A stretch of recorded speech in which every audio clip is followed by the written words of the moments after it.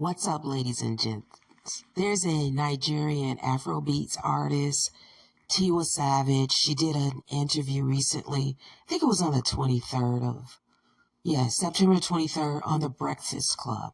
Charlemagne the God and DJ Envy, the team there, and she was just having her interview. She talked about her influences over here in America, such as Monica. First she mentioned Brandy, then she mentioned Monica, SWV, Mary J. Blige. Again, this lady is a Nigerian lady. From what I get, she's more like a Afrobeats artist. She's out of the UK. And she talked about how Afrobeats, according to her, is a feel-good type of music. But in this album that's coming out, she's just kind of letting it out differently, right? So it's just kind of styling the music a little bit differently. And she's been influenced by ethically Black American R&B music, right? So during the conversation that she's having, of course, she's going to get questions that may not be the easiest question to answer.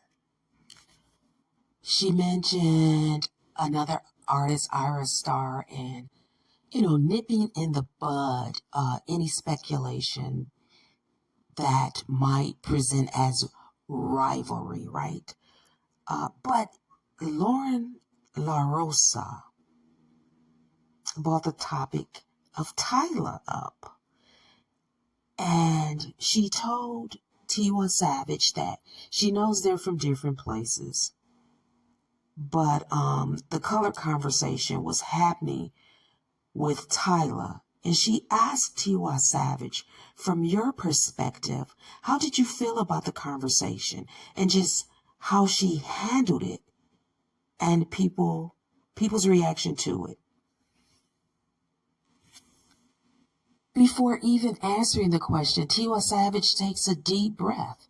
And she's like, you guys are serious. She takes like a deep breath, like, whew, you guys are serious.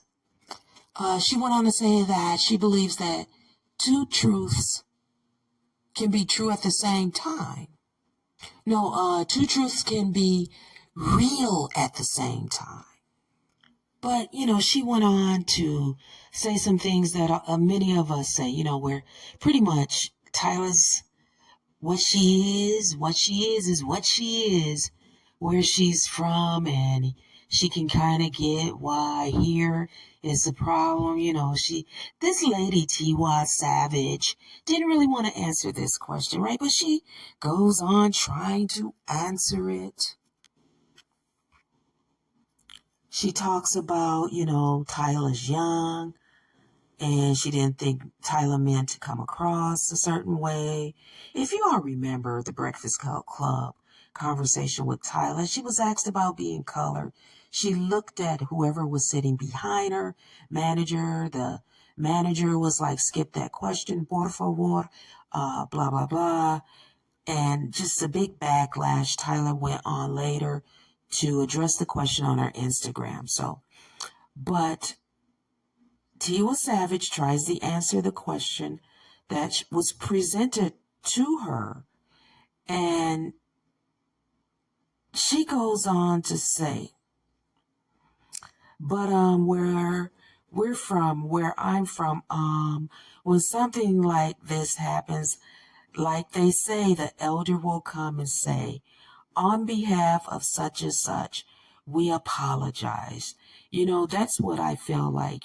If that wasn't communicated, I would like to say, like on behalf of that, her or whatever, that we apologize. Like, we didn't mean it. Forgive us, because I don't think it came from a bad place.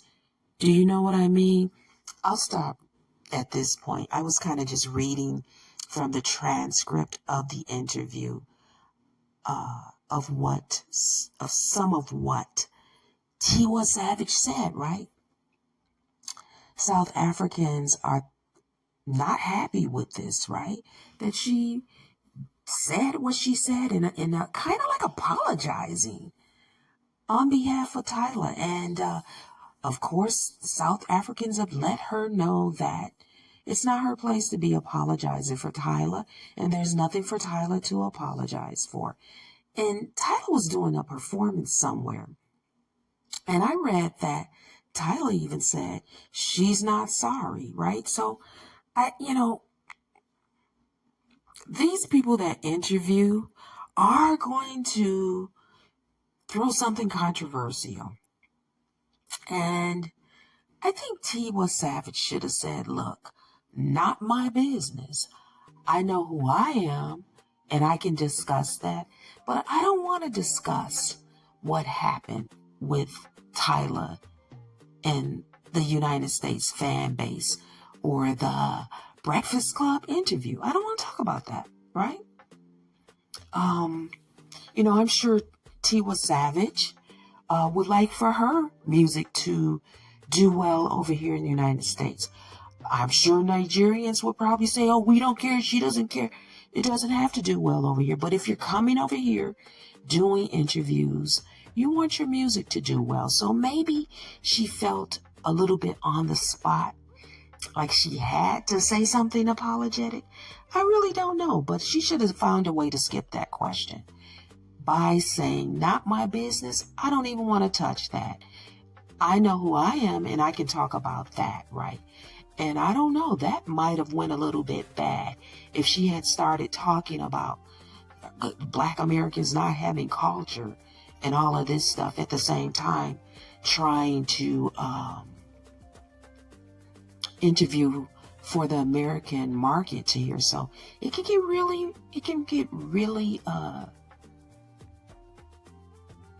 really difficult, I think, for some of these artists, because Nigerians are kind of a little bit interesting, right? Tiwa Savage probably knows that Black Americans want to delineate and aren't really into specifically groups of people like Nigerians that talk smack about our group. Now, like over there on TikTok, the South Africans definitely will go at people. As a matter of fact, I think out of all the people over there that, the Black Americans, the UK Blacks, different Africans, South Africans, whatever country the African might be from, South Africans can get really belligerent. I actually think they, to my ears, sound really hateful. I think the hate is really coming from within them and out of their hearts when I hear them going at people, right? I'll have to continue to watch the Tiwa Savage backlash. I think she's pretty much not been problematic, but I also think that she should have left the Tyla question alone and declined to answer it. Social nerves.